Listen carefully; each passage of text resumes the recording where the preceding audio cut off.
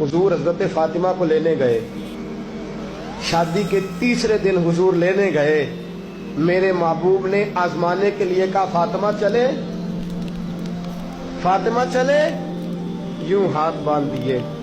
अर्ज की सोनिया, बाप भी हैं आप, नबी भी हैं।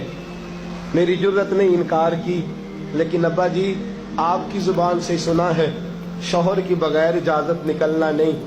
अगर इजाजत दे तो अली का इंतजार कर लो। इज्जत वाले रसूल की इज्जत वाली बेटी ने जब कहा ना, सोने इजाजत दो दें तो इंतजार कर लो, करीम रसूल की आंखों में आंसू आए।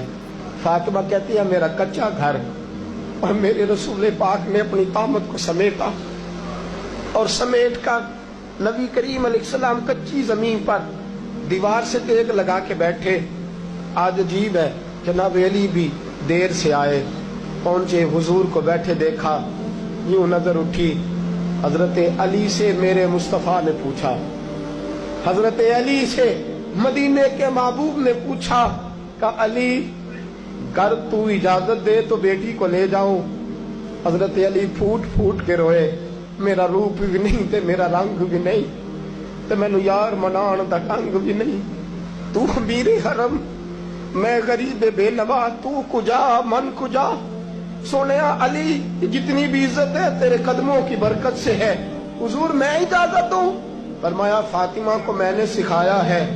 और फातिमा कहती है, जब तक अली नहीं आएंगे मैं जाऊंगी नहीं।